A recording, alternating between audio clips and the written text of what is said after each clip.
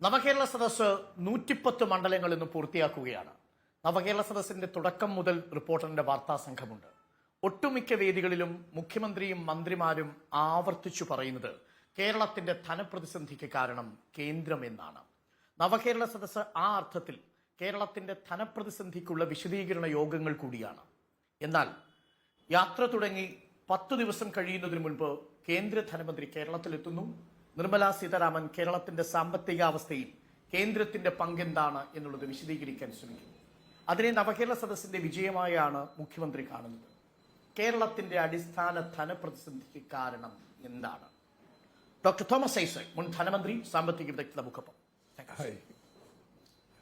എനിക്ക് വളരെ പ്രൊവോക്കേറ്റീവായ 2-3 ചോദ്യങ്ങളാണ് തുടക്കത്തിൽ ചോദിക്കാനുള്ളത്. കാരണം ഈ പ്രചരണ വേല എന്നുള്ളത് ഒരു ഭാഗത്ത് ദേശീയ മാധ്യമങ്ങൾ ചെയ്യുമ്പോൾ മറുഭാഗത്ത് ഇടതു സൈബർ ഹാൻഡിലുകൾ ചെയ്യുന്നുണ്ടോ എന്നൊരു സംശയം ഞങ്ങളുടെ യാത്രയിലുടനീളം ചില രാഷ്ട്രീയ നേതാക്കൾ ചോദിച്ചിട്ടുണ്ട്. അതിലൊന്ന്, കേന്ദ്രത്തെ പഴിചാരി കേരളത്തിന്റെ സാമ്പത്തിക മിസ്മാനേജ്മെന്റ് മറച്ചുവെക്കാനാണോ നവകേരള സദസ്സ് ശ്രമിക്കുന്നത്? കേരളത്തിന്റെ പങ്കെന്താ? ഒന്ന്, അവരുടെ നികുതി നന്നായിട്ട് പിരിക്കാം. 2, ചെലവ് നിയന്ത്രിക്കാം.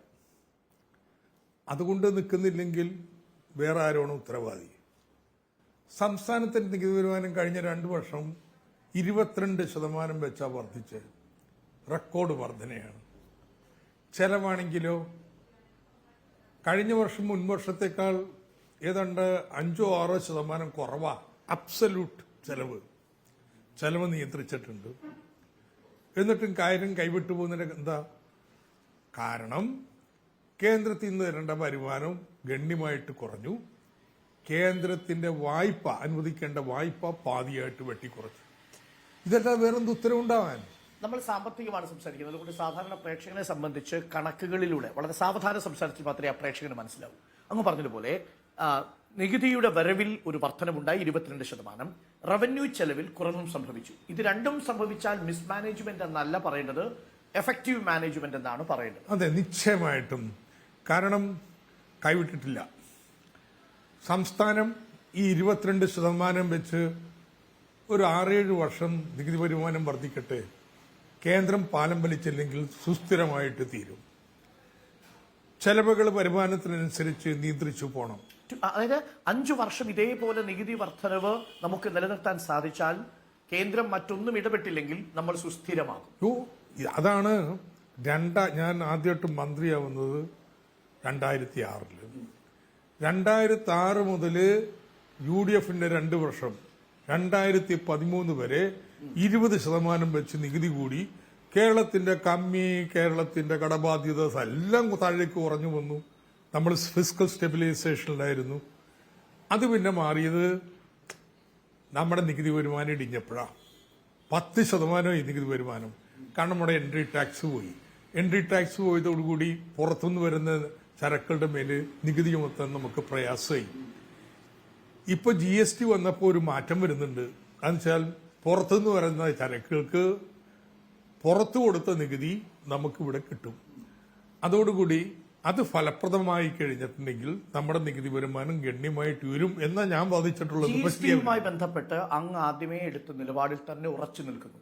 GST കൃത്യമായ സോഫ്റ്റ്വെയർ അപ്ഡേഷൻ വഴി കൃത്യമായ നികുതി പിരിച്ചെടുക്കുകയാണെങ്കിൽ ആത്യന്തികമായി കേരളത്തിന് ഗുണകരമാണ്. എന്റെ ഒരു നിലപാട്, സംസ്ഥാനത്തിന് ഉണ്ടായിരുന്ന നേരത്തെയുള്ള സ്വാതന്ത്ര്യമെല്ലാം പോകുന്നു പുതിയ നികുതിയൊക്കെ ഏർപ്പെടുത്താൻ. പക്ഷേ അത് വാറ്റ് വന്നപ്പോ തന്നെ പോയിന്ന്. വാറ്റ് ഏകീകൃത നികുതി നിരക്ക് ഇന്ത്യ മുഴുവൻ കൊണ്ടുവന്നു. അപ്പൊ ഞാൻ അതിനെതിരായിരുന്നു. ഞാൻ 2006 ചെയ്തതെന്താണെന്നറിയാമോ? ഒരു 10-20 ഉൽപ്പന്നങ്ങൾക്ക് 20% കൊക്കക്കോള, മറ്റത് ആഡംബര വസ്തുക്കൾക്ക് എനിക്ക് അവകാശമുണ്ട് 20 പിറ്റേ വർഷം എല്ലായിടത്തും മാറ്റി. കാര്യം എന്താ? ഈ ചരക്കുകളുടെ വ്യാപാരം മുഴുവൻ മറ്റ് സംസ്ഥാനങ്ങളിലേക്ക് മാറി. കൊക്കക്കോള മാറിയില്ല, ബാക്കിയുള്ളതെല്ലാം ഫ്രിഡ്ജ്, മറ്റ് ആഡംബര വസ്തുക്കളൊക്കെ അവിടെ നിന്ന് മേടിക്കാൻ തുടങ്ങി. അപ്പൊ വാറ്റ് മുതല് നമ്മുടെ ഇഫക്റ്റീവ് മാനൂവറിങ്ങിനുള്ളത് കുറഞ്ഞു.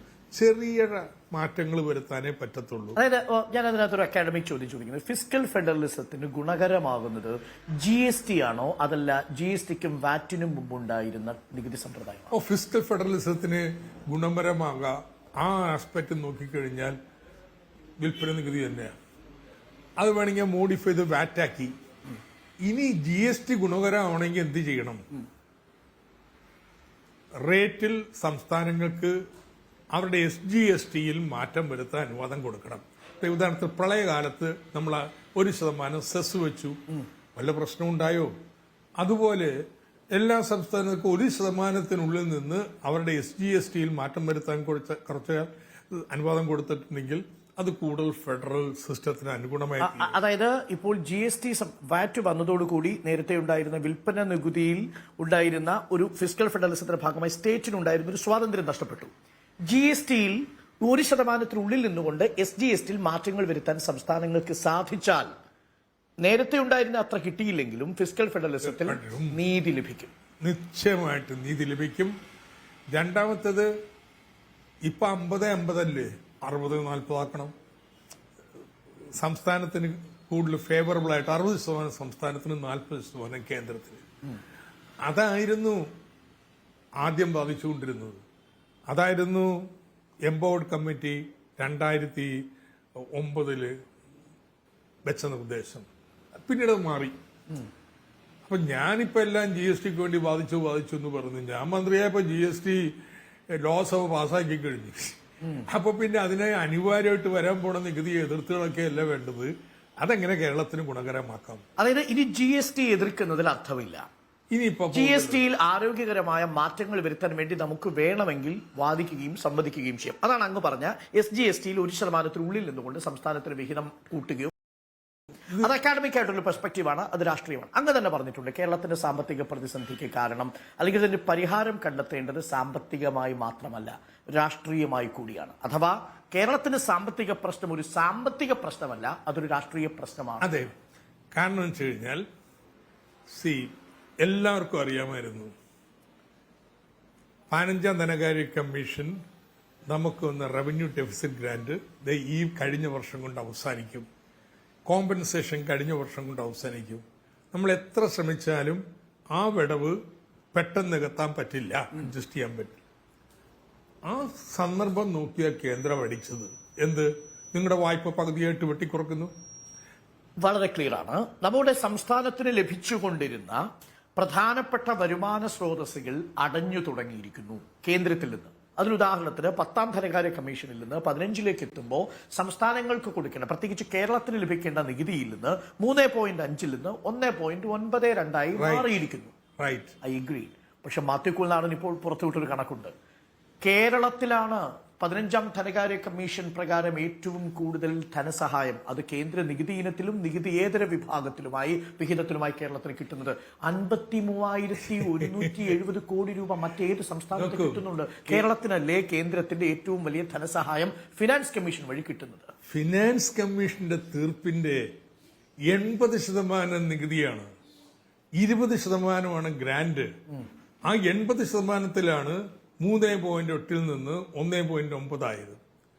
അപ്പോ നമ്മൾ ഭയങ്കരമായിട്ട് എതിർത്തു. ഒറ്റക്കല്ല, ഇങ്ങനെ നികുതി വിഹിതം കുറയാൻ സാധ്യതയുള്ള സംസ്ഥാനങ്ങളെല്ലാം കൂട്ടി എതിർത്ത് തമിഴ്നാട്ടിലെ രാഷ്ട്രീയ പ്രശ്നമായപ്പോഴാണ് റവന്യൂ ഡെഫിസിറ്റ് ഗ്രാന്റ് പുനഃസ്ഥാപിക്കുന്നതിനെ കുറിച്ച് ചിന്തിച്ചു തുടങ്ങിയത്. യഥാർത്ഥത്തിൽ 15ാം ധനകാര്യ കമ്മീഷന്റെ പരിഗണനാ വിഷയത്തിൽ പറഞ്ഞതെന്താണെന്നറിയാമോ?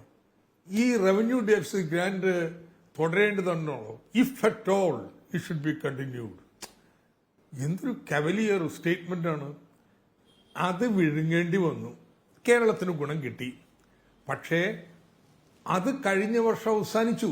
അത് നമ്മുടെ മികച്ച ടാക്സ് പിരിവ് കൊണ്ടും നമ്മുടെ റവന്യൂ ചെലവ് കുറയ്ക്കാനും കഴിഞ്ഞു. അത് അവസാനിച്ചു, കോമ്പൻസേഷൻ അവസാനിക്കുന്നു. അപ്പോഴും നമ്മൾ ഫുള്ളായിട്ടില്ല. ഈ മികച്ച നികുതി പിരിവ് 4-5 വർഷം നീണ്ടു നിന്നാലേ ഈ തകർച്ച ഇടവ് നികത്തി മുന്നോട്ട് പോകത്തുള്ളൂ. അപ്പൊ ആ മർമ്മത്തെ അടിക്കണേ. ആ സന്ദർഭം നോക്കി കേന്ദ്രം നമുക്ക് തന്നെയുള്ള ഗ്രാന്റുകൾ കുടിശ്ശിയാക്കുന്നു. നമ്മുടെ വായ്പ വെട്ടിക്കുറയ്ക്കുന്നു, പ്രതിസന്ധിയിലേക്ക് തള്ളിവിടുന്നു. നോക്കൂ, ഒരു വലിയ രീതിയിലുള്ള ഒരു പ്രചരണം ഇടതുപക്ഷത്തു നിന്നുണ്ടാവുന്നു. മുഖ്യമന്ത്രി തന്നെ ഇത് അവതരിപ്പിക്കുന്നു. 57,400 കോടി രൂപ, കുറച്ചുകൂടി വിശാലമാക്കി പറഞ്ഞാൽ ഗ്രാന്റിന്റെ കുടിശ്ശിക കൂടി കൂട്ടിയാൽ 61,000 കോടി രൂപ എന്നൊരു കണക്ക് കേരളത്തിന്റെ പൊതുജന സമക്ഷം ഇടതുപക്ഷം വയ്ക്കുന്നുണ്ട്. യഥാർത്ഥത്തിൽ ഇത് ഇൻ അബ്സല്യൂട്ട് ടേംസ് ശരിയായ ഒരു കണക്കാണോ? കാരണം GST കോമ്പൻസേഷൻ നമുക്ക് ലഭിക്കാൻ ഇനി നിയമപരമായി കേന്ദ്രത്തിന് ബാധ്യതയില്ലാത്തതാണ്. GST കോമ്പൻസേഷന്റെ കാലാവധി കഴിഞ്ഞു.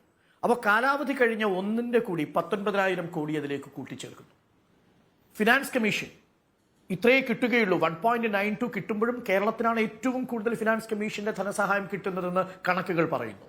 അപ്പോൾ ആ കണക്കിലും വ്യത്യാസമില്ല. റവന്യൂ ഡെഫിസിറ്റ് 8,000 കോടി എന്ന് പറയുന്നു. ഇനി റവന്യൂ ഡെഫിസിറ്റ് നമുക്ക് കിട്ടില്ല, ഇത് നമുക്ക് അറിയാവുന്നതല്ലേ. അത് തന്നെ ഞാൻ പറയുന്നേ. ഈ റവന്യൂ ഡെഫിസിറ്റ് ഗ്രാന്റ് കഴിഞ്ഞ വർഷം കൊണ്ട് അവസാനിച്ചു, കോമ്പൻസേഷനും കഴിഞ്ഞ വർഷം കൊണ്ട് അവസാനിച്ചു. സ്വാഭാവികമായിട്ട് ഈ വർഷം ഒരു തിങ്ങൽ വരും. ഇതാണ് കേരളത്തിന് ധനമന്ത്രി പറഞ്ഞുകൊണ്ടിരുന്നത്. ആ സന്ദർഭം നോക്കിയിട്ടാണ് കേന്ദ്ര സർക്കാർ ഈ വായ്പ വെട്ടിക്കുറച്ചത്. കേന്ദ്ര സർക്കാർ കുടിശ്ശികയുണ്ടായി. വളരെ ബോധപൂർവം സംസ്ഥാനത്തെ ഒരു പ്രതിസന്ധിയിലേക്ക്. പക്ഷേ ഡോക്ടർ തോമസ് ഐസക് അങ്ങ് പറഞ്ഞത് വായ്പാ പരിധി വെട്ടിക്കുറച്ചു എന്നാണ്. വായ്പാ പരിധി വെട്ടിക്കുറച്ചിട്ടില്ലല്ലോ. അതെങ്ങനെയാണ്? FB വഴി മാത്രമല്ലേ വായ്പാ പരിധി വെട്ടിക്കുറയ്ക്കാൻ സാധിക്കൂ? അത് ഭരണഘടനാപരമായി നമുക്ക് 3% എന്നുള്ളതിന്റെ 1% കുറച്ചിട്ടുണ്ടോ? അപ്പൊ എന്താണ്? എനിക്ക് 3 ചോദ്യം ചോദിക്കാനുള്ളത്. ഒന്നാമത്തെ ചോദ്യം, ഈ of budget borrowing, KIIFB and pension fund, KIIFB പോലുള്ള സ്ഥാപനങ്ങൾ എടുക്കുന്ന വായ്പ ഇതുവരെ സംസ്ഥാനത്തിന്റെ കടത്തിൽ ഉൾപ്പെടുത്തിയിട്ടുണ്ടോ? കേന്ദ്രത്തിന്റെ കടത്തിൽ ഉൾപ്പെടുത്തിയിട്ടുണ്ടോ? ചോദ്യം നമ്പർ 1. 2, കേന്ദ്രം ഇപ്പോഴും ഓഫ് ബഡ്ജറ്റ് ബോറോയിങ് ഉണ്ടല്ലോ, അതേതെങ്കിലും ഈ വർഷത്തെയും കടബാധ്യത ഉൾപ്പെടുത്തിയിട്ടുണ്ടോ? മൂന്നാമത്തെ ചോദ്യം, ഇനി സംസ്ഥാനത്തിനുള്ള നിയമം അങ്ങ് മാറ്റിന്നിരിക്കട്ടെ, മുൻകാല പ്രാബല്യം എങ്ങനെ കൊടുക്കുന്നത്? ഇതുവരെ നിങ്ങൾ തുടരാത്ത ഒരു ചട്ടം ഇന്ന് ഞങ്ങൾ ഉണ്ടാക്കിയിട്ടേ കിഫ്ബി എന്ന് തുടങ്ങിയോ അന്ന് മുതലെടുത്ത വായ്പ ഞങ്ങൾ ഉറക്കുമെന്നാ പറയുന്നത്. എന്ത് ന്യായമെന്ന് സ്വാഭാവിക നീതി. ഫിസ്ക്കൽ റെസ്പോൺസിബിലിറ്റി മാനേജ്മെന്റ് ആക്ട് പ്രകാരം നിലവിൽ കേരളത്തിന് ഈ കിഫ്ബിക്ക് കൊടുക്കുന്ന ഗ്യാരണ്ടി അത് സ്റ്റേറ്റിന്റെ ഗ്യാരണ്ടിയാണ്. ഇല്ല, 2003 നിയമം ഉണ്ടായത്. ഈ 2021 വരെ ഈ നിർമ്മലാ സീതാരാമൻ ഇടപെട്ട് പ്രഖ്യാപനം നടത്തുന്നവരെ ഏതെങ്കിലും കാലത്ത് കിഫ്ബി പോലെയുള്ള ഏതെങ്കിലും സ്ഥാപനം എടുത്ത വായ്പ കേന്ദ്രത്തിലോ സംസ്ഥാനത്തോ കടത്തിപ്പെടുത്തിയിട്ടുണ്ടോ? Tell me one instance. ഒറ്റ സംശയം, അങ്ങയുടെ വാദം അതായത് ഇന്ത്യയിൽ മറ്റൊരു സംസ്ഥാനത്തിലും ഓഫ് ബഡ്ജറ്റ് ബോറോയിങ് പ്രകാരം പണം കടമെടുത്ത ഒരു സംസ്ഥാനത്തിൽ പോലും അവരുടെ ആ ഓഫ് ബഡ്ജറ്റ് ബോറോയിങ്ങിന്റെ പണം ഈ കടമെടുപ്പ് വായ്പാ പരിധിയിൽ ഉൾപ്പെടുത്തിയിട്ടില്ല എന്നാണോ? 2021 വരെ ഒരൊറ്റ സംസ്ഥാനം ഉൾപ്പെടുത്തിയിട്ടില്ല. ഉദാഹരണമുണ്ടോ അങ്ങയുടെ കയ്യിൽ? ഉദാഹരണത്തിന് മറ്റേതെങ്കിലും സംസ്ഥാനങ്ങളിൽ എല്ലാവരും എടുത്തിട്ടുണ്ട് ഓഫ് ബഡ്ജറ്റ് ബോറോയിങ്. പിന്നെ കിഫ്ബി പോലുള്ള സ്ഥാപനങ്ങളുണ്ട്. ഏതാണ്ട് അപൂർവ സംസ്ഥാനങ്ങൾക്ക് ഇല്ലാതുള്ളത്. പക്ഷെ അവരാരും ഇത്തരത്തിലുള്ള ഒരു വിപുലമായ രീതിയിൽ കടമെടുപ്പിലേക്ക് പോയിട്ടില്ല. പക്ഷേ ഈ കേന്ദ്ര സർക്കാർ എടുത്തിട്ടുണ്ടല്ലോ, FCA വഴി, നഹായ് വഴി 3 ലക്ഷം, 4 ലക്ഷം, 5 ലക്ഷം കോടി രൂപ എടുക്കണേ എന്നെങ്കിലും അവര് കടത്തിൽ ഉൾപ്പെടുത്തിയിട്ടുണ്ടോ? ഈ വർഷവും കടത്തിൽ ഉൾപ്പെടുത്തിയിട്ടുണ്ടോ? ഇല്ലല്ലോ. പക്ഷെ അതിന്റെ ബാധ്യത കേന്ദ്ര സർക്കാർ പേറുന്നുവെന്നാണ് കേന്ദ്രം പറയുന്നത്. അതിന്റെ ബാധ്യത ആരാ നേരിടുന്നത്? ഉദാഹരണത്തിന് വായ്പ എടുക്കുന്ന FCA എന്തിന്? നെല്ല് സംഭരണത്തിന് വായ്പയാണ് കേന്ദ്ര സർക്കാർ കൊടുക്കണ്ടേ? FCA വേറെ എന്തെങ്കിലും പണം കൊണ്ടുവരുമോ? അപ്പോൾ അതേപോലെയല്ലേ കിഫ്ബി എടുക്കുന്നതിൽ കേരളത്തിന് കഴിഞ്ഞില്ലെങ്കിൽ ആര് പണം കൊടുക്കും? യെസ്, ഇത് ഇതുവരെ ഉൾപ്പെടുത്തിയിട്ടില്ല. That is A simple fact. KIIFB പോലുള്ള സ്ഥാപനങ്ങൾ എടുക്കുന്ന വായ്പ കേന്ദ്രത്തിലോ സംസ്ഥാനത്തിലോ സർക്കാരിന്റെ കടബാധ്യതയെ ഉൾപ്പെടുത്തിയിട്ടില്ല. ഇപ്പോഴും കേന്ദ്രത്തിൽ ഉൾപ്പെടുത്തിയിട്ടില്ല. സംസ്ഥാനങ്ങൾക്ക് പക്ഷേ ഇപ്പോൾ കേരളത്തിൽ മാത്രം ഒരു നിയമം കേരളത്തിൽ മാത്രമല്ല, കേരളത്തിൽ സംസ്ഥാനങ്ങൾ എടുത്താൽ കൂട്ടുമെന്ന് പറയുന്നു. അപ്പോ കേരളത്തിന് ഈ പ്രശ്നം വരുന്നു. മറ്റുള്ള സംസ്ഥാനങ്ങൾക്ക് ഈ താല്പര്യം ഉണ്ടാവണമെന്നില്ല. ഞാൻ പറയട്ടെ, ഈ കോവിഡ് വന്നു, 5% വായ്പ എടുക്കാം. ഇന്ത്യയിൽ കേരളം പോലുള്ള ഏതാനും സംസ്ഥാനം ഒഴിച്ച് ബാക്കി സംസ്ഥാനങ്ങൾ എടുത്തില്ലല്ലോ 5%. അവര് പല വ്യക്തമാണ്. എടുത്തില്ല. അപ്പൊ ഓരോരുത്തരുടെയും ഡെവലപ്മെന്റ് പാത്ത് ഉണ്ട്. കേരളത്തിന് കമ്മിറ്റ്മെന്റ് ജനങ്ങൾക്ക് ഈ വലിയ പ്രതിസന്ധിയിൽ എത്ര സഹായം വേണോ നൽകണം. വേറെ സംസ്ഥാനം തീരുമാനിക്കുന്നു ഇല്ല ഞങ്ങൾ ഇത്രയൊന്നും കൊടുക്കുന്നില്ല, അത് അവരുടെ സ്വാതന്ത്ര്യം. ഈ ഇന്ത്യ എന്ന് പറയുന്നതേ ഇത്തരത്തിലുള്ള വ്യത്യസ്തതകൾ ഉടങ്ങിയ ഒരു രാജ്യമാണെന്ന് ആദ്യം അങ്ങ് ചിന്തിക്കാം. ഡോക്ടർ തോമസ് ഐസക്, കേന്ദ്രമന്ത്രി പറയുന്നത് നിലവിൽ ഈ പറയുന്ന 57,000 കോടി എന്നുള്ളത് ഒരു വ്യാജമായ കണക്കാണ്. അതിന്റെ കാരണം നമ്മൾ നേരത്തെ പറഞ്ഞതുപോലെ അവസാനിക്കുമായിരുന്ന കോമ്പൻസേഷനും ഇപ്പോൾ അവസാനിക്കുന്ന റവന്യൂ ഡെഫിസിറ്റും അടക്കം ആണ് പറയുന്നത്. എന്ന് മാത്രവുമല്ല, കേന്ദ്ര പദ്ധതികളുടെ കുടിശ്ശിക എന്ന് പറയുന്ന കാര്യങ്ങൾ പോലും അവാസ്തവമാണ്. കാരണം സർക്കാർ കൃത്യമായി കണക്ക് കൊടുക്കുന്നില്ല, ഏജ് കണക്ക് കൊടുക്കുന്നില്ല എന്നാണ് കണക്കിൽ എണ്ണി പറയുന്നു. നിക്ക് ഇനി വാസ്തവം അവാസ്തവം ഒന്ന് ആരാണ് ഡിനേ ചെയ്തിട്ടുണ്ടെന്ന് കേരളത്തിന് റവന്യൂ ഡെഫിസിറ്റ് ഗ്രാന്റ് കിട്ടിയിട്ടില്ല എന്നുള്ളത്? കിട്ടിയിട്ടുണ്ട്. റവന്യൂ ഡെഫിസിറ്റ് കേരളത്തിന് കോമ്പൻസേഷൻ കിട്ടിയിട്ടുണ്ട്. ഈ കോമ്പൻസേഷൻ നീട്ടണമെന്ന് കേരളവും എല്ലാ സംസ്ഥാനങ്ങളും ആവശ്യപ്പെട്ടു. നമ്മുടെ ആഗ്രഹ ചിന്തയാണ്. അല്ല, ആവശ്യപ്പെട്ട എന്തുകൊണ്ടാ? ഇത് കേന്ദ്രത്തിന്റെ പോക്കറ്റിൽ നിന്ന് വരുന്ന പണമല്ല, ഒരു സെസ് ഉണ്ട്. ഈ കേന്ദ്ര സർക്കാരിന്റെ പിടിപ്പേട് പോലും GST പൂർണ്ണ പ്രവർത്തനക്ഷമമായത് ഈ അടുത്ത കാലത്താണ്. അതുകൊണ്ട് ഒരു സാവകാശം വേണം അഡ്ജസ്റ്റ്മെന്റിന്.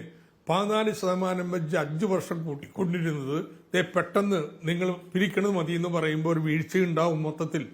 അതുകൊണ്ട് ഈ താങ്ങ് തുടരണം, ചെയ്തില്ല, ഈ വിമർശനങ്ങൾ പറയുന്നുള്ളൂ. ഇപ്പൊ ഏതായാലും ഇതുവഴി ഈ വർഷം വരുമാനം കുറയും. ധനമന്ത്രി അദ്ദേഹം സീറ്റ് കയറിയത് പോലെ പറയുന്നൊരു വസ്തുതയാണ്, ഇങ്ങനെ കുറയാൻ പോണു, ഇത് പ്രതിസന്ധി ഉണ്ടാക്കും. അങ്ങനെ ഒരു ഘട്ടം തെരഞ്ഞെടുത്ത് ഈ കേന്ദ്ര സർക്കാർ എന്താ ചെയ്തേ?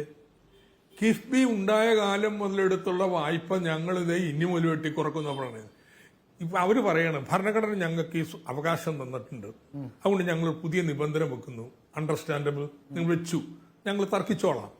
പക്ഷെ ഇത് സ്വാഭാവിക നീതിക്ക് പോലും എതിരല്ലെന്ന് ഞങ്ങളിപ്പോ നിയമം ഉണ്ടാക്കി, അത് മുൻകാല പ്രാബല്യം 5 വർഷത്തേക്ക് ഞങ്ങൾ കൊടുക്കുന്നു എന്ന് പറയുന്നത് കേരളത്തിന് മാത്രമാണോ എന്നാണ് എന്റെ ചോദ്യം. ഇത് കേരളത്തിനല്ല, മറ്റ് സംസ്ഥാനങ്ങൾക്കൊക്കെ ബാധകമാണ്.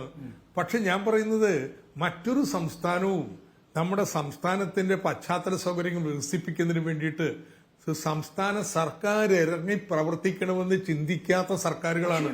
പക്ഷേ നിർമ്മല സീതാരാമൻ പറയുന്നത് എന്തിനു നിങ്ങൾ കിഫ്ബി വഴി പണം എടുക്കാൻ പോയി, അതുകൊണ്ടല്ലേ നിങ്ങളുടെ കടമെടുപ്പ് പരിധിയിൽ അത് ഉൾപ്പെടുത്തി വന്നത്. കിഫ്ബി വഴി എന്തുകൊണ്ട് എടുക്കുന്നു? കാരണേ ബാക്കി സംസ്ഥാനങ്ങൾക്കൊന്നും സ്കൂളും ആശുപത്രി കെട്ടിടമൊന്നും ഇല്ല.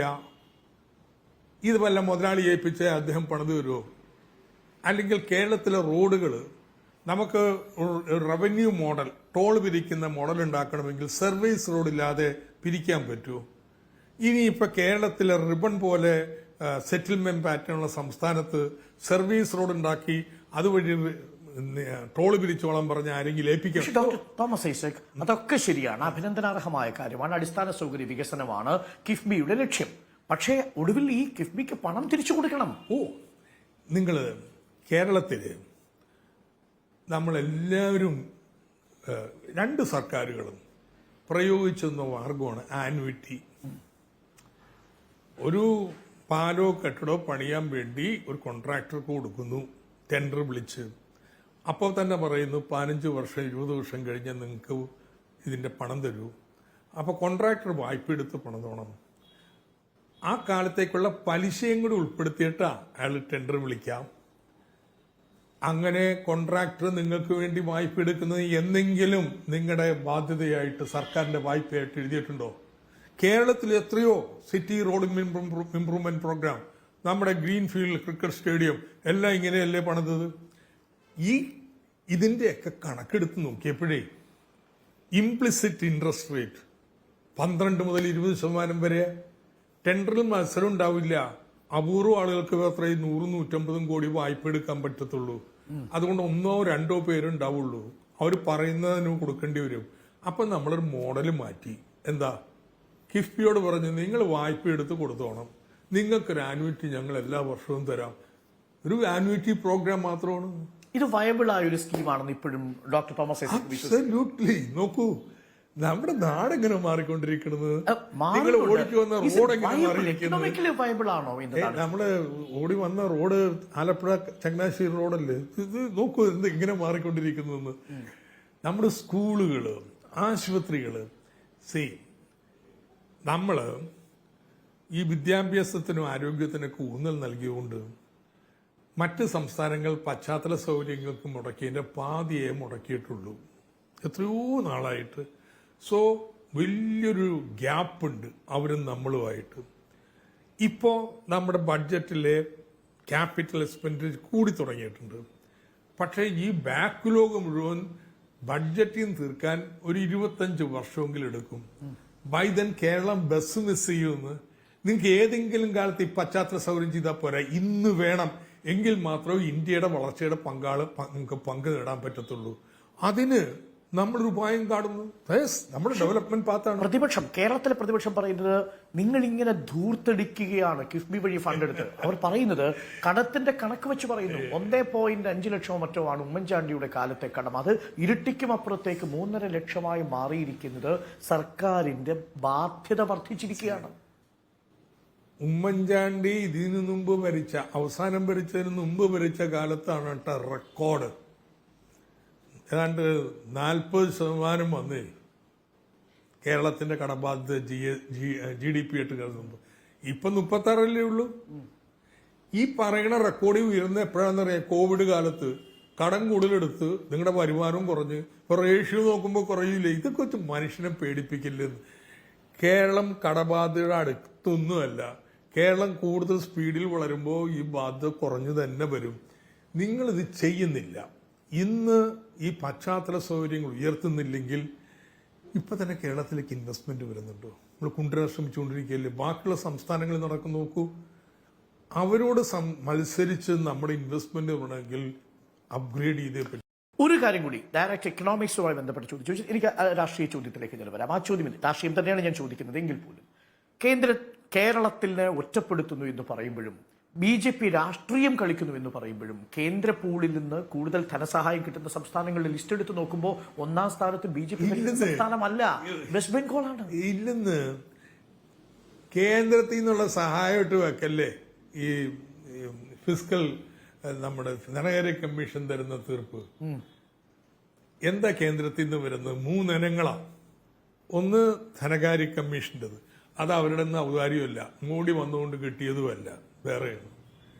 2, കേന്ദ്ര സ്കീമുകളിൽ നിന്ന് വരുന്ന പണം പ്ലാന്റെ ഭാഗമായിട്ട് ഡയറക്റ്റ് ഇൻവെസ്റ്റ്മെന്റ് അല്ലെങ്കിൽ സെൻട്രൽ സ്കീം. കേരളത്തിനായി ഏറ്റവും കുറവ്. 3, വായ്പ. ആ വായ്പ ഏകപക്ഷീയമായി വെട്ടിക്കുറച്ചിരിക്കുന്നു. എങ്ങനെയാ കേരളത്തിന് ഏറ്റവും കൂടുതൽ കിട്ടുമെന്ന് പറയുന്നത്? ഇനി റവന്യൂ ഡെഫിസിറ്റ് ഗ്രാന്റ് കൂടി പെടുത്തിയാലും കേരളത്തിന് കിട്ടുന്ന പണമെന്ന് പറയുന്നത് കേരളത്തിൽ നിന്ന് പിരിക്കുന്ന നികുതിയുടെ പാതി വരില്ല, 45% വരത്തുള്ളൂ. That's a fact. Mathew Kolladan പറയുന്നത് അങ്ങനെയല്ല. മാത്യു കൊല്ലാടൻ വെല്ലുവിളിക്കുകയാണ് സർക്കാർ വെളിപ്പെടുത്തേണ്ടത്. കേരളത്തിനാണ് ഏറ്റവും കൂടുതൽ കേന്ദ്രത്തിന്റെ പൂളിൽ നിന്ന് ഫിനാൻസ് കമ്മീഷൻ പ്രകാരം പണം കിട്ടുന്നത്. മറ്റൊരു സംസ്ഥാനത്തിനും അത്ര കിട്ടുന്നില്ല. എന്നിട്ടും കേന്ദ്രത്തിൽ നിന്ന് പണം കിട്ടുന്നത് എങ്ങനെ പറയും? ശുദ്ധ നുണയാണ്. എന്തുകൊണ്ടാണ്? ഫിനാൻസ് കമ്മീഷന്റെ തീർപ്പിൽ 80% നികുതി വിഹിതമാണ്, 20% ഗ്രാന്റും. ആ ഗ്രാന്റിൽ ഉണ്ടായിരിക്കുന്ന വർധനയാണ് ചൂണ്ടിക്കാണിക്കുന്നത്. ആ വർധന മറ്റെല്ലാ സംസ്ഥാനത്തേക്കാൾ കൂടുതൽ കേരളത്തിന് കിട്ടി. എന്നാൽ നികുതി വിഹിതം 80% വരുന്നത് 3.8 1.9 കുറഞ്ഞു. അതിപ്പം രണ്ടാമത്തെ ഗ്രാന്റ് മാത്രം എടുത്തിട്ട് ഏറ്റവും കൂടുതൽ വിധം കിട്ടുന്ന പറഞ്ഞതിൽ വല്ല അർത്ഥമുണ്ടോ? പക്ഷെ അവിടെ ഒരു കാര്യമുണ്ട്. ബീമാരു സ്റ്റേറ്റുകൾക്ക് നിങ്ങളെ സംരക്ഷിക്കണ്ടേ? കേരളം അടിസ്ഥാനമായി മെച്ചപ്പെട്ടു. ശരി, മെച്ചപ്പെടാത്ത സംസ്ഥാനങ്ങൾക്ക് പണം കൊടുക്കുന്നത് കേന്ദ്രത്തിന്റെ കാലങ്ങളായി തുടർന്നു വരുന്ന രീതിയാണ്. ഞാൻ അതിന് നിൽക്കത്തില്ല. ഈക്വിറ്റി എന്ന് പറയുന്ന പ്രധാനപ്പെട്ട യെസ്, അവർക്ക് കൂടുതൽ നൽകേണ്ടതുണ്ട്.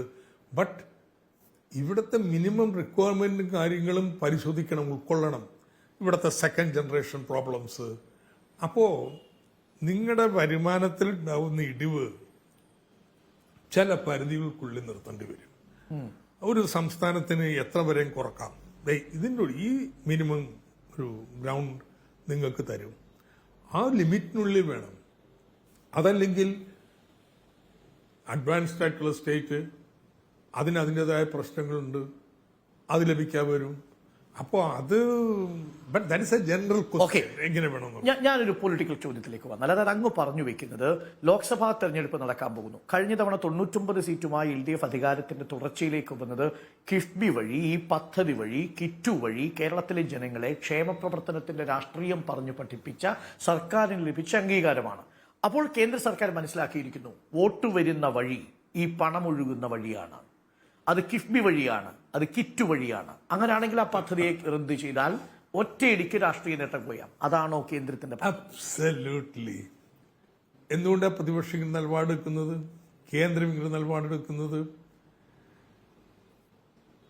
കിറ്റെന്ന് പറഞ്ഞ ഒരു പ്രതീകാത്മകം കൊടുത്താൽ മതി. ക്ഷേമ പ്രവർത്തനങ്ങൾ 600 രൂപ പെൻഷൻ 1600 ആക്കിയോ? കിറ്റ് മാത്രമൊന്നുമല്ല. ഡോക്ടർ തോമസ് ഐസക്, ഈ ക്ഷേമ ഒന്നിടപെട്ടോട്ടെ. കാരണം ഞാൻ തന്നെ ചർച്ചയിൽ 2 കണക്കുകൾ കണ്ടു. ഞാൻ തന്നെ 2 തവണ ചോദ്യം ചെയ്യലിന് വിധേയമായി. ഉമ്മൻചാണ്ടി സർക്കാർ അധികാരത്തിൽ നിന്ന് പോകുമ്പോൾ എത്ര മാസത്തെ പെൻഷൻ കുടിശ്ശികയുണ്ടായിരുന്നു എന്ന ചോദ്യം പലരും ആവർത്തിച്ച് ചോദിക്കുന്നുണ്ട് ഈ ഘട്ടത്തിൽ. നിയമസഭയിൽ അങ്ങ് കൊടുത്തു എന്ന് പറഞ്ഞൊരു കണക്ക് പ്രചരിക്കുന്നുണ്ട്.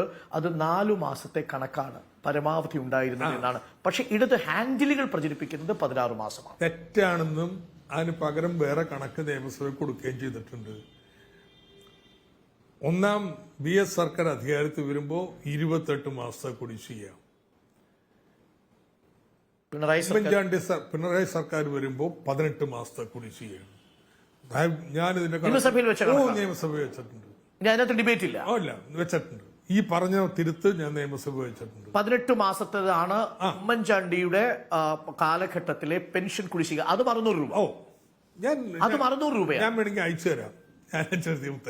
അപ്പൊ അത് വളരെ ക്ലാരിറ്റി ഉണ്ട്. കേരളത്തിന് അത് മനസ്സിലായി. കാര്യം ഇനി ആ ചർച്ചയ്ക്ക് പ്രസക്തിയില്ല. കാര്യം അങ്ങ് നിയമസഭയിൽ വെച്ചതാണ് ഈ 18 മാസത്തെ കുടിശ്ശിക. അല്ല, ഇപ്പൊ ഞാൻ പറയുന്നതേ, നിങ്ങൾ പറഞ്ഞത് അബ്സല്യൂട്ട്ലി കറക്റ്റാണ്.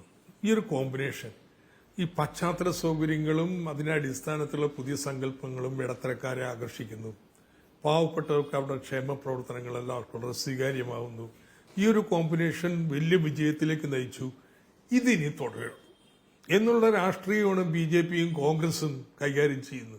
അതിന് എന്ത് ധനപ്രതിസന്ധി കേരളത്തിൽ ഉണ്ടാക്കാൻ പറ്റുമോ അവരുണ്ടാക്കിക്കൊണ്ടിരിക്കുക. പക്ഷെ നിർമ്മലാ സീതാരാമൻ പറയുന്നു, കേരളത്തിലെ ഉച്ചക്കഞ്ഞിയുടെ കാര്യത്തിലാവട്ടെ, PRS വായ്പ, നെല്ലുമായി ബന്ധപ്പെട്ട വിഷയങ്ങളാവട്ടെ, പല വിഷയങ്ങളിലും കേരളം കൊടുക്കാനുള്ള കണക്ക് കൃത്യമായി കൊടുക്കുന്നില്ല. AGയുടെ സർട്ടിഫൈ ചെയ്ത കോപ്പി ഇല്ലാതെ ഞങ്ങൾ എങ്ങനെ പണം റിലീസ് ചെയ്യും? ഞങ്ങൾ പണം തരാൻ തയ്യാറാണെന്നാണ് തർക്കം. വെറുതെ പറഞ്ഞുണ്ടാക്കണ കാര്യങ്ങള്. ഒറ്റ കാര്യം നിർമ്മലാ സാറിന്റെ കള്ളക്കണക്ക് മനസ്സിലാക്കാൻ മതി. വന്നിട്ട് പറയാണ്, ഇവിടെ പെൻഷന്റെ കുടിശ്ശിക ഏത് തൊട്ട് മുമ്പുള്ള ആഴ്ചയാണ് കുടിശ്ശിക തീർത്തു കൊടുത്തത്. 550 കോടി തൊട്ട് മുമ്പുള്ള ആഴ്ച. അപ്പോഴും 3100 കോടി രൂപ, 5100 കോടി രൂപ കിട്ടാനുണ്ട്. ഇതിന്റെ 250 കോടി കുറച്ചാൽ പോലും. പക്ഷേ UGCയിലില്ല. UGCയുടെ കാര്യത്തിൽ 750 കോടി എന്ന് പറയുന്നത് കേരളം വേണ്ട സമയത്ത് അപേക്ഷിച്ചില്ല. കേരളത്തിൽ മാത്രമല്ല, 22 സംസ്ഥാനങ്ങൾക്കില്ല UGC. അപ്പോൾ കേരളം മാത്രമേ പരാതി പറയുന്നുള്ളൂ. കൊടുക്കാതെ നിങ്ങൾക്ക് എങ്ങനെ തരാൻ പറ്റും? കൊടുത്തല്ലോ. ഇനിയിപ്പോ ഒരാഴ്ച വൈകുന്നിരിക്കട്ടെ, നമുക്ക് കൊടുത്തല്ലോ, കിട്ടാനുള്ള പണമല്ലേ. ഈ UGC ശമ്പള പരിഷ്കരണം നടപ്പാക്കി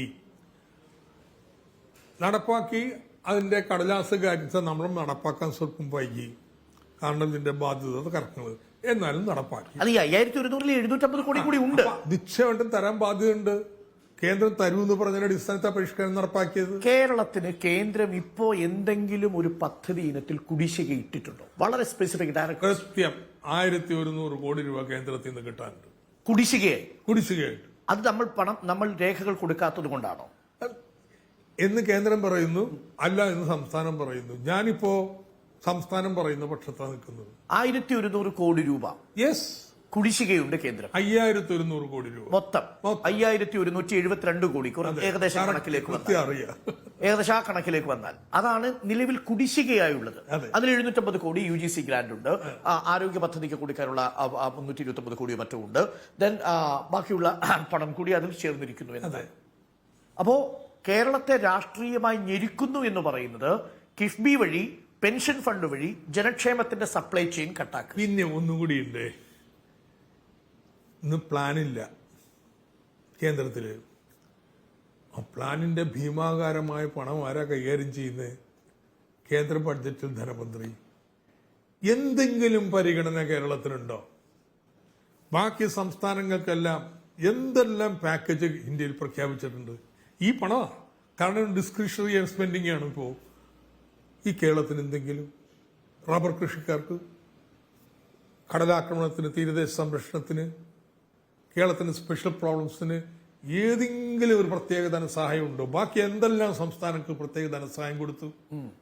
ഇത് കേരളത്തോടുള്ള കടുത്ത വിവേചനമാണ്. ശരി, അങ്ങയുടെ പേരിലുള്ള സമൻസ് പിൻവലിച്ചു ഇ.ഡി. കിഫ്ബി മസാല ബോണ്ടിന്റെ കാര്യത്തിൽ ഇ.ഡിക്ക് തിരിച്ചടി എന്നാണ് ഞങ്ങളടക്കമുള്ള മാധ്യമങ്ങൾ കൊടുത്തത്. പക്ഷെ ഇപ്പോഴറിയുന്നു ഇ.ഡി നിയമോപദേശം തേടിയിരിക്കുകയാണ്. മസാല ബോണ്ട് വകമാറ്റി ചെലവഴിച്ചിരിക്കുന്നു. കിഫ്ബിയോടോ മസാല ബോണ്ടിനോടുള്ള എതിർപ്പല്ല, ആ മസാല ബോണ്ടിൽ നിന്നെടുത്ത പണം നിങ്ങൾ റിയൽ എസ്റ്റേറ്റിൽ നിക്ഷേപിച്ചിരിക്കുന്നു. ഈ അവർ ചോദിക്കുന്ന രാഷ്ട്രീയ ചോദ്യം ഇതാണ്, ബി.ജെ.പി. സർക്കിളിൽ നിന്ന് വരുന്ന രാഷ്ട്രീയ ചോദ്യം. മസാല ബോണ്ട് നിങ്ങൾ ലണ്ടൻ സ്റ്റോക്ക് എക്സ്ചേഞ്ചിൽ ലിസ്റ്റ് ചെയ്യുമ്പോൾ ഇന്ത്യയിൽ നിങ്ങൾ ലിസ്റ്റ് ചെയ്തിട്ടുണ്ടോ? ഇവിടെ ലിസ്റ്റ് ചെയ്യാത്ത ഒന്ന് നിങ്ങൾ അവിടെ പോയി ലിസ്റ്റ് ചെയ്യുന്നു. ലാവ്ലിൻ കമ്പനിയിൽ നിന്ന് 2029 കോടി രൂപ നിങ്ങൾ മസാല ബോണ്ട് വഴി സ്വീകരിക്കുന്നു, അത് റിയൽ എസ്റ്റേറ്റിൽ ഇറക്കുന്നു. ഫെമ ലംഘനമാണ്. അത് ഇ.ഡി അല്ലാതെ മറ്റാരും ചോദ്യം ചെയ്യാം. ഇവര് തമാശക്കോയന്മാരായി മാറിക്കൊണ്ടിരിക്കുക. എന്താ 2 വർഷമായിട്ട് കിടന്ന് വിരകിയിട്ട് കോടതി പറയാൻ എന്തെങ്കിലും കിട്ടിയ പറ. കോടതി റിപ്പീറ്റഡ് ആയിട്ട് ചോദിക്കണേ എന്തോ ഒഫൻസാ? വകമാറ്റി ഫെമ ലംഘനം. ഫെമ ലംഘനത്തിന് റിസർവ് ബാങ്ക് എന്നല്ലേ പറയണേ, ഞങ്ങൾ അനുവദിച്ചിട്ടുണ്ട്. അത് NOC അല്ലേ ആക്സിസ് ബാങ്കിന് കൊടുത്തത്? യെസ്, അത് തന്നെ അവരല്ലേ തരേണ്ടത്. NOC തന്നു, അതിന്റെ രജിസ്ട്രേഷൻ തന്നു, രജിസ്ട്രേഷൻ നമ്പറും തന്നു, പിന്നെ അതിനനുസരിച്ച് നടക്കും. ഇ.ഡി അങ്ങ് വെല്ലുവിളിക്കുകയാണ്. നിങ്ങൾ എത്ര സൂക്ഷ്മദർശിനി വെച്ച് നോക്കിയാലും ഇതിൽ ഫെമ ലംഘനം കാണാൻ ഇല്ലെന്ന് ആബ്സല്യൂട്ട്ലി വെല്ലുവിളിക്കുകയാണ്. അവസാനം ഇപ്പൊ എന്താ പറയണേന്ന് എനിക്കറിയത്തില്ല. നാണമില്ലേ ഈ ഇത്രയും വലിയ ഏജൻസി 2 വർഷം കിടന്ന് തിരകി എത്ര പ്രാവശ്യം ഉദ്യോഗസ്ഥന്മാരെ വിളിപ്പിച്ചു, എത്ര പ്രാവശ്യം എന്തെല്ലാം രേഖകൾ പരിശോധിച്ചു, എന്നിട്ടും കോടതിയിലെ സീല് വെച്ച കവറിൽ കൊടുക്കാമെന്ന്. വായി നാട്ടുകാർ 4 പേര് കേക്ക് പറയാൻ പറ്റുന്ന ഒരു തെളിവും ഇല്ലാത്തവര് ഇനിയിപ്പൊ നിയമോപദേശം നേടാൻ നടക്കുന്നത്. എന്താ പറയണേ? ഇപ്പൊ നിങ്ങൾ പറഞ്ഞ പോലെ അതിന്റെ വിനിയോഗം മേടിക്കാൻ അനുവാദം ഉണ്ടായി. ചെലവൊക്കെ പറഞ്ഞ കാര്യത്തിനാണോ? അയ്യോ, എല്ലാ മാസവും റിസർവ് ബാങ്കിന് കണക്ക് കൊടുക്കണം, എടുത്ത വായ്പ എന്തിനാ വിനിയോഗിച്ചെന്ന്. അത് കൃത്യമായിട്ട് കൊടുത്തിട്ടുണ്ട്. ഈ റിസർവ് ബാങ്കിനെ വിളിക്കുന്നു അതിൽ വല്ല തെറ്റുണ്ടോ നോക്കാനായിട്ട്. റിസർവ് ബാങ്ക് വന്നല്ലോ, ഇങ്ങനെ കണക്ക് കിട്ടിയതും പറഞ്ഞല്ലോ, തെറ്റ് ചൂണ്ടിക്കാണിച്ചല്ലോ. റിസർവ് ബാങ്കിന് പരാതിയില്ലാത്ത വിഷയത്തിലാണ് ഇ.ഡിയുടെ ആശങ്കകൾ. ജസ്റ്റിസ് അരുൺ ഒരു ചോദ്യം ചോദിച്ചു. ഒരു 10-20 പേര് മസാല ബോണ്ട് ഇന്ത്യയിൽ ഇറക്കിയിട്ടുണ്ടല്ലോ, വേറെ ആരെങ്കിലും കുറിച്ച് എന്തെങ്കിലും അന്വേഷണമുണ്ട്? അതിപ്പോഴും അവിടെ ചോദ്യം കിടപ്പുണ്ട്. യഥാർത്ഥത്തില് ഒരു ധനകാര്യ സ്ഥാപനം, ഒരു ധനകാര്യ നിലനിൽപ്പിന്റെ വിശ്വാസ്യതയാണ്. ആ തർക്കം വേണ്ടി ആരൊക്കെയാ? CITG, ഇൻകം ടാക്സുകാർ ഓഫ് ഓൾ പീപ്പിൾ. ആ ഇൻകം ടാക്സുകാരോട് നമ്മൾ പറഞ്ഞതാ ഞങ്ങളുടെ കമ്പ്യൂട്ടറിന്റെ പാസ്വേഡ് എന്നാ. എല്ലാം ട്രാൻസാക്ഷനും ഓൺലൈൻ, എല്ലാ പേപ്പറുകളും നമ്മൾ ഡിജിറ്റലാണ്. എന്ത് വേണമെങ്കിൽ നോക്കിക്കോ, സൗകര്യം മൂലം. ഏജിക്ക് കൊടുത്തിട്ടുണ്ട് ഇതുപോലെ തന്നെ പാസ്വേഡ്, നോക്കിക്കോ. കാരണം എന്താണെന്നറിയാമോ? ഈ ഏജിയുടെ മൂത്തേജിയായിരുന്ന വിനോദ് റോയും ഏറ്റവും സീനിയറായിട്ടുള്ള ഒരു റിസർവ് ബാങ്ക് ഡെപ്യൂട്ടി ഗവർണറും സെബിയുടെ ഒരു സീനിയർ മേധാവി, അവരാണ് ഇതിന്റെ ഫിഡലിറ്റി ട്രസ്റ്റ്. 2 ചോദ്യങ്ങൾ. ഇപ്പോൾ SFI മാർച്ച് കാലിക്കറ്റ് സർവകലാശാലയിൽ നടക്കുന്നുണ്ട്. നമുക്ക് അതിന്റെ ദൃശ്യങ്ങൾ കൂടി ഒരു വിൻഡോയിൽ ഇടാം. മറുഭാഗത്ത് ഗവർണറെ തടയാൻ SFI ശ്രമിക്കുകയാണ്. ചാൻസലർ എന്ന നിലയിൽ ഗവർണർ നോമിനേറ്റ് ചെയ്തിരിക്കുന്നു, ഗവർണർ രാഷ്ട്രീയം കളിക്കുന്നു. യഥാർത്ഥത്തിൽ ED, ഗവർണർ ഇതൊക്കെ പൊളിറ്റിക്കൽ ടൂളാണെന്നൊരു നരേഷനുണ്ട്. ആ നരേറ്റീവ് അവിടെ നിൽക്കുമ്പോഴും ചാൻസലർ എന്ന നിലയിൽ ഭരണഘടനാപരമായ തന്റെ ഡിസ്ക്രിപ്ഷൻ ഉപയോഗിക്കുകയാണ് ഗവർണർ. എവിടെ പറഞ്ഞത് തടയുന്നു?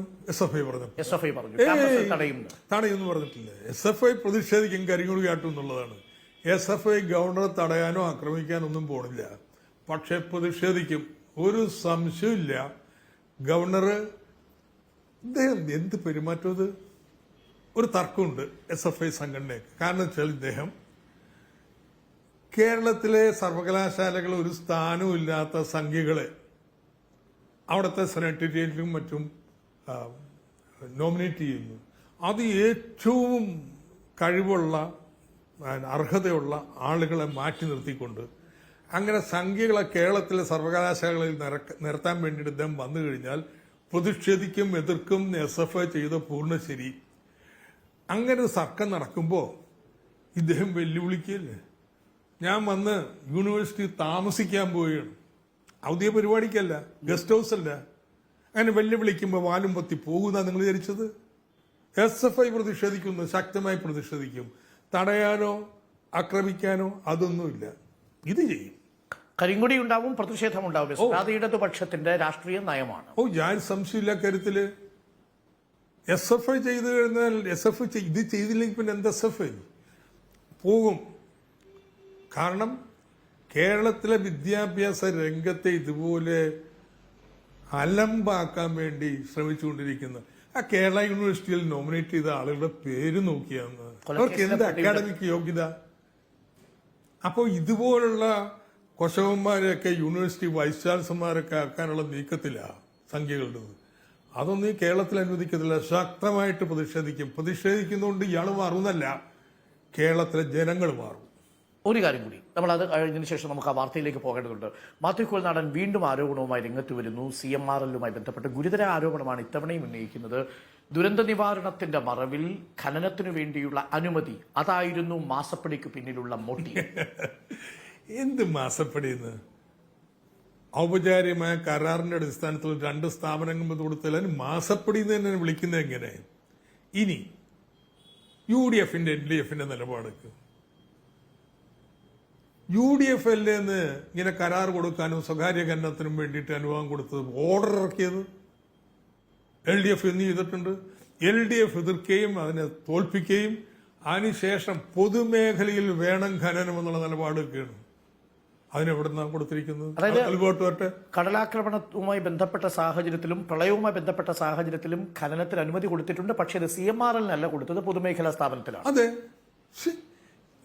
LDFന്റെ നയമാണെന്നത്. അതായത് മാത്യു കുഴൽനാടൻ പിന്നെ കേരളത്തിലെ വ്യവസായ സ്ഥാപനം KMMല് സംസ്കരിച്ച അവരുടെ അയിര് കൊടുത്തു കാണും. അത് അയിരായിട്ട് തന്നെ വിദേശത്തേക്ക് അയക്കുന്നു. അല്ല, അത് നമുക്ക് അതിനകത്ത് ഇടപെടാൻ കഴിയില്ല. പൊതുമേഖലാ സ്ഥാപനത്തിൽ കൊടുത്തു. പക്ഷെ അപ്പോഴും പ്രസക്തമായ ചോദ്യം നിൽക്കുന്നത് 90 കോടി രൂപയിൽ ഭൂരിപക്ഷവും പിണറായി വിജയൻ കൈപ്പറ്റിയിരിക്കുന്നു എന്ന ആരോപണമാണ് ഉന്നയിക്കുന്നത്.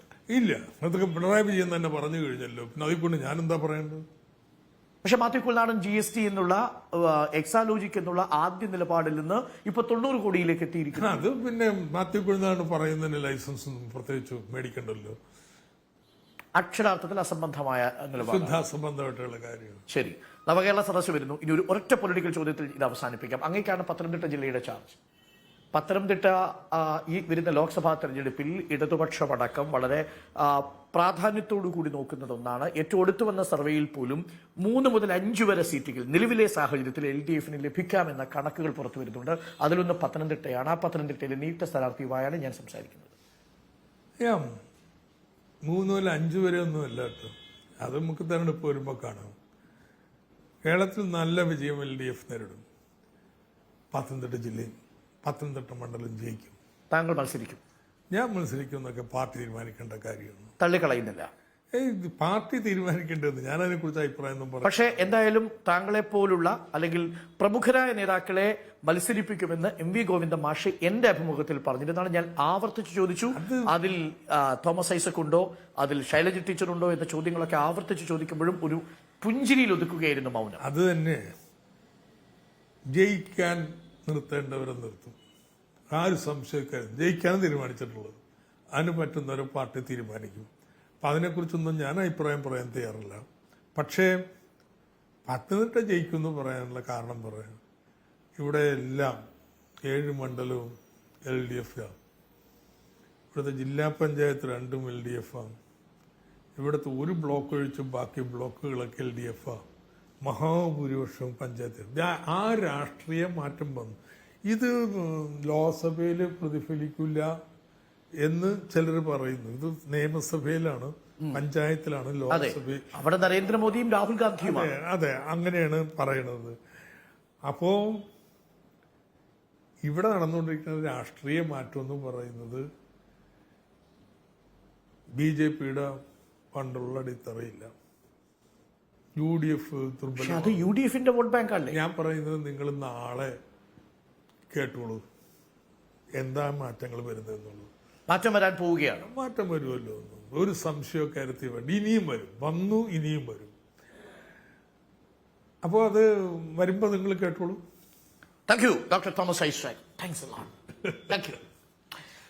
നിർമ്മല സീതാരാമൻ പറഞ്ഞതിന്, മാത്യു കുൾനാടൻ പറഞ്ഞതിന് സാമ്പത്തിക പ്രതിസന്ധിയുടെ കാരണം കേരളത്തിന്റെ ധനകാര്യ മിസ്മാനേജ്മെന്റ് ആണെന്ന ആരോപണത്തെ പാടെ തള്ളിക്കളയുകയാണ് ഡോക്ടർ ടി തോമസ് ഐസക്. ഈ അഭിമുഖം ഒരു തവണ കൂടി നിങ്ങൾ സൂക്ഷ്മതയോടുകൂടി കണ്ടാൽ എന്താണ് കേരളം നേരിടുന്ന സാമ്പത്തിക പ്രതിസന്ധിയുടെ കാരണം എന്ന ഡോക്ടർ തോമസ് ഐസക്കിന്റെ നിലപാട് വ്യക്തമായും പ്രേക്ഷകർക്ക് ബോധ്യമാവും. ഇപ്പോൾ നമ്മൾ പോകുന്നത് എനിക്ക് കാലിക്കറ്റ് സർവകലാശാലയിലെ മാർച്ചടക്കമുള്ള വിഷയങ്ങളുണ്ട്. മറ്റു പ്രധാനപ്പെട്ട വാർത്തകളിലേക്ക് നമ്മൾ പോകുന്നു.